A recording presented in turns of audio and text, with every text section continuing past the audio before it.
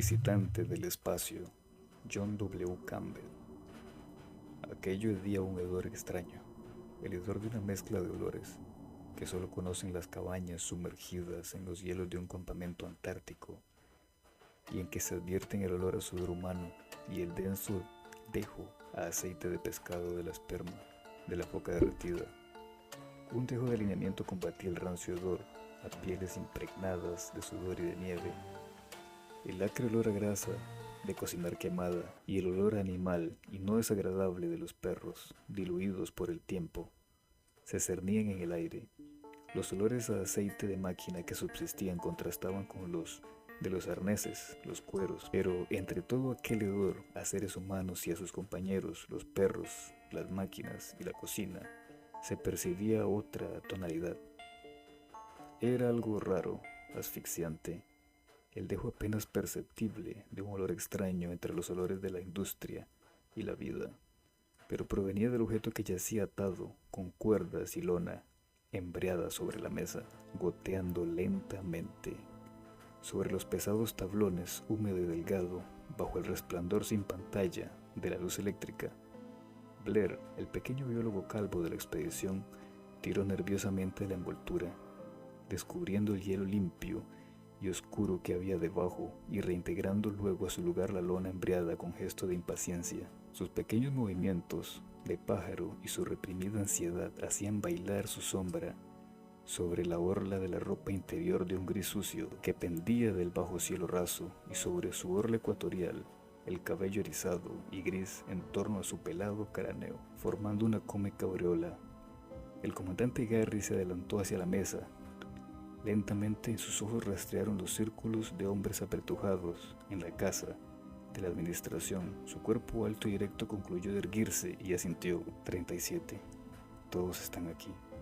Hablaba en voz baja, pero ostentando la clara autoridad de un comandante nato, de un comandante que no solo lo es por su título.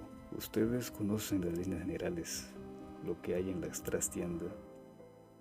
De ese descubrimiento de la expedición del polo secundario, he estado conferenciando con el segundo comandante McReady y con Norris, así como con Blair y el Dr. Cooper.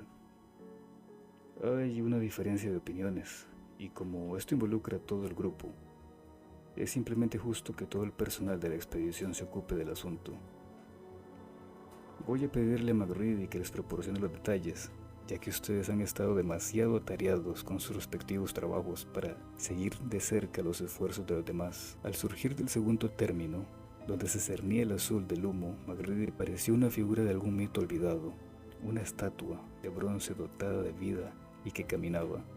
Medía 1,85 m y se irguió cuando se detuvo junto a la mesa, después de una mirada característica hacia arriba para cerciorarse que tenía espacio suficiente bajo las cortas vigas del techo.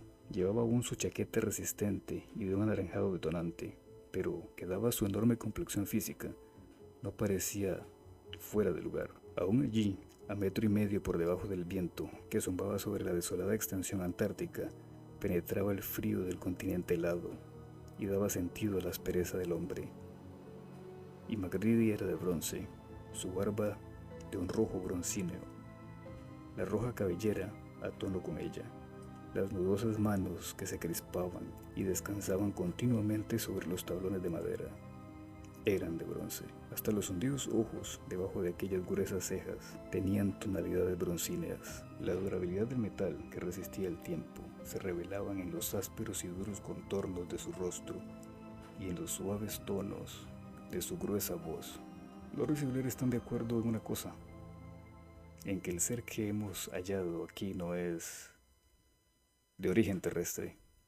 Norris teme que pueda haber peligro en eso. Blair dice que no lo hay. Pero volveré a explicar cómo y por qué lo encontramos. Según todo lo que se sabía antes de que viniéramos aquí, parece ser que este punto se halla exactamente sobre el polo magnético del sur de la Tierra. La brújula no apunta directamente hacia aquí, como todos ustedes saben. Los instrumentos más delicados de los físicos, especialmente diseñados para esta expedición y de su estudio del polo magnético, percibieron un efecto secundario. Una influencia magnética secundaria y menos poderosa, a unos 130 kilómetros al sudoeste de aquí. La expedición magnética secundaria salió a investigarlo, No hay necesidad de detalles. Lo hallamos, pero no era el enorme meteorito, ni la fuente magnética que esperábamos encontrar. La ganga de hierro es magnética. El hierro, con tanto mayor motivo, y ciertos aceros especiales más magnéticos aún. A juzgar por las indicaciones superficiales, el polo secundario que encontramos era tan pequeño que su efecto magnético era ridículo. Ningún metal magnético concebible podía causarlo. Los sondeos del hielo indicaron que estaba dentro de los 30 metros de la superficie del ventisquero. Creo que ustedes deben conocer la estructura del lugar. Hay una ancha meseta, una extensión llana que llega a los 230 kilómetros al sur de la estación secundaria, según dice Van Wall. Él no tuvo tiempo ni combustible para volar más lejos, pero aquella meseta se extendía con la misma lisura hacia el sur. Ahí mismo, donde estaba enterrado eso, había un cerro hundido en el hielo, una muralla de granito inconmovible, fortaleza que había impedido que los hielos se arrastraran hacia el sur. Acampamos durante 12 días allí, en el borde de esa cordillera hundida en el hielo. Cavamos nuestro campamento en el azul hielo que formaba la superficie, pero durante 12 días consecutivos el viento sopló a 70 kilómetros por hora, llegó hasta los 80 y bajó hasta los 60. La temperatura era de 63 grados bajo cero, aumentó a 60 y bajó a 68. Aquello era meteorológicamente imposible, y prosiguió de forma ininterrumpida durante los 12 días y 12 noches. Más al sur, el aire helado de la meseta polar meridional surge de ese cuenco de 6.000 metros, baja por un desfiladero de la montaña, pasa por sobre el ventisquero y sigue hacia el norte.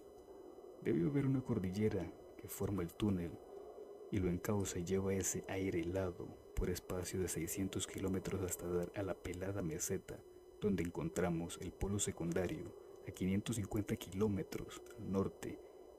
Llega al océano Antártico. Allí siempre ha habido hielo desde que la Antártida se heló hace 20 millones de años. Nunca hubo un deshielo hace 20 millones de años. La Antártida estaba empezando a helarse, pero practicamos investigaciones e hicimos conjeturas. Lo que sucedió fue poco más o menos esto. Algo bajó desde el espacio. Una aeronave. La vimos allí. En el hielo azul era algo como si un submarino, sin torrecilla ni grimpola orientadora, de 90 metros de longitud y 15 de diámetro en su parte más gruesa. Aquello bajó del espacio, impulsado y llevado por fuerzas que los hombres no habían descubierto aún. Y no sé cómo, quizás algo hubiera funcionado mal. Quedó atrapado en el campo magnético de la Tierra. Vino aquí, al sur, probablemente sin gobierno, circunvalando el polo magnético. Aquello es un país salvaje, pero cuando la Antártida se estaba helando aún, debía ser 1000 veces más salvaje. Hubo probablemente una fuerte nevada, así como un acerro de materiales de los ventisqueros, y volvió a nevar mientras el continente se helaba. El torbellino debió ser allí particularmente serio, ya que el viento lanzaba un compacto manto blanco sobre el borde de la montaña, ahora enterrada. La aeronave chocó al avanzar con una masa maciza de granito y se destrozó. No murieron todos los pasajeros, pero el aparato debió quedar estropeado y su mecanismo de impulsión bloqueado. Norris cree que lo atrapó el campo magnético de la Tierra. Nada de lo hecho por los seres humanos, dotados de inteligencia, puede ser atrapado por la muerta inmensidad de las fuerzas naturales de un planeta y sobrevivir. Uno de los pasajeros salió de la aeronave. El viento que soportamos ahí nunca bajó de los 41 y la temperatura nunca excedió los 60. Luego el viento debió de arreciar y la nevada caía en maciza sabana. Ese ser no se distinguía a 10 pasos de distancia. McReady hizo una breve pausa y su grave y firme voz dejó el paso libre a un zumbido del viento de las alturas y al incómodo y malicioso gorgoteo en el caño del hornillo de la cocina. El viento del ventisquero soplaba en lo alto. Ahora, la nieve recogida por las murmurantes ráfagas caía en líneas parejas y cegadoras sobre la parte delantera del sepultado campamento. Si un hombre salía de los túneles que unían los edificios subterráneos del campamento, se perdía a 10 pasos de distancia. Fuera, el dedo delgado y negro del mástil radiotelefónico se erguía a 100 metros de altura y más arriba estaba el claro cielo nocturno. un cielo de viento débil y gimiente que cubría el manto enroscado del alba. Al norte el horizonte llameaban los extraños y airados colores del crepúsculo de la medianoche. Eso era primavera a 100 metros de altura, sobre la Antártida. En la superficie estaba la muerte blanca, en que los dedos helados y rígidos como agujas rehuían el viento, absorbiendo el calor de todas las cosas tibias, el frío y una blanca niebla del interminable nevar de los ventisqueros, de las finas, muy finas partículas de nieve que lo lamían todo y oscurecían todas las cosas. Kinner, el pequeño cocinero con cicatrices en el rostro, se estremeció. 5 días antes había salido de la superficie para ir a un escondrijo de carne helada. Llegó a él, inició el regreso y de pronto surgió del sur el viento del ventisquero. La fría y blanca muerte que cruzaba el suelo lo cegó en 20 segundos. Prosiguió la marcha a ciegas, describiendo los círculos. Transcurrió media hora antes de que unos hombres, guiados desde abajo con una cuerda, lo hallaran en la impenetrable lobreguez. Lo era fácil a un hombre o a un monstruo extraviarse a 10 pasos, y el viento era entonces probablemente más impenetrable de lo que creemos. La voz de MacReady le evocó a Kinner el bienvenido y húmedo calor del edificio de la administración. El pasajero de la aeronave tampoco estaba preparado, según parece. Se heló a 3 metros del misterioso aparato. Cavamos para encontrar la aeronave y nuestro túnel dio por casualidad con aquel ser helado. El hacha para hielo de Berkeley golpeó el cráneo. Cuando vimos que era, Berkeley volvió al tractor y encendió el fuego, y cuando empezó la expresión de vapor, llamó a Blair y al Dr. Cooper. Al principio Berkeley estaba enfermo, entonces, en realidad, estuvo enfermo durante 3 días. Al llegar Blair y Cooper sacamos a aquel ser, metido en un bloque de hielo. Como ustedes ven, lo envolvimos y cargamos en el tractor para volver aquí. Queríamos entrar en la aeronave, llegamos al flaco de la misma y descubrimos que su metal era desconocido para nosotros. Nuestras herramientas no magnéticas de glucinio bronce no podían afectarlo.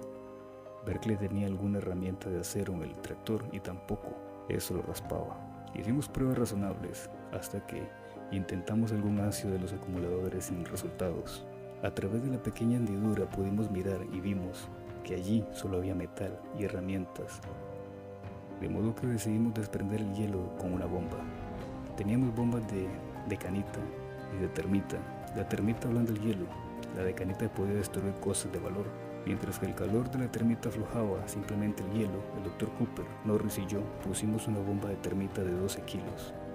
Le hicimos una conexión y llevamos el conector por el túnel hasta la superficie, donde esperaba Blair con el tractor a vapor.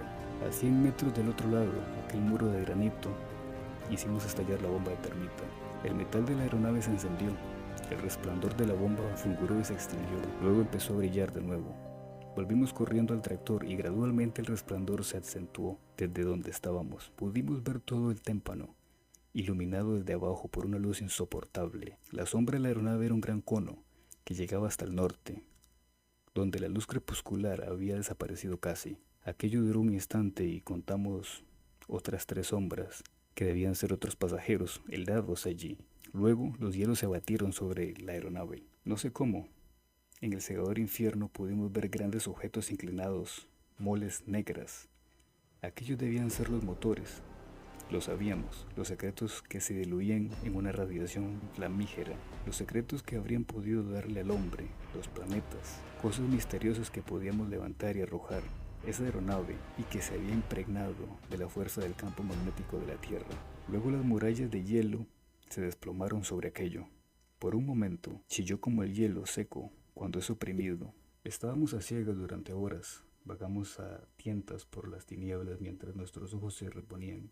Descubrimos que todas las bobinas, dínamos y receptores radiotelefónicos, auriculares y altoparlantes en 1,5 kilómetros a la redonda estaban fundidos. De no haber tenido el tractor a vapor no habríamos llegado al campamento en secundario. Van Wall levantó vuelo del gran imán al salir del sol. Como ustedes saben, volvimos a la base lo antes posible. Tal es la historia. Eso, la gran barba de bronce de MacReady salió del objeto que estaba sobre la mesa. Ese es el final del capítulo 1 del Visitante del Espacio.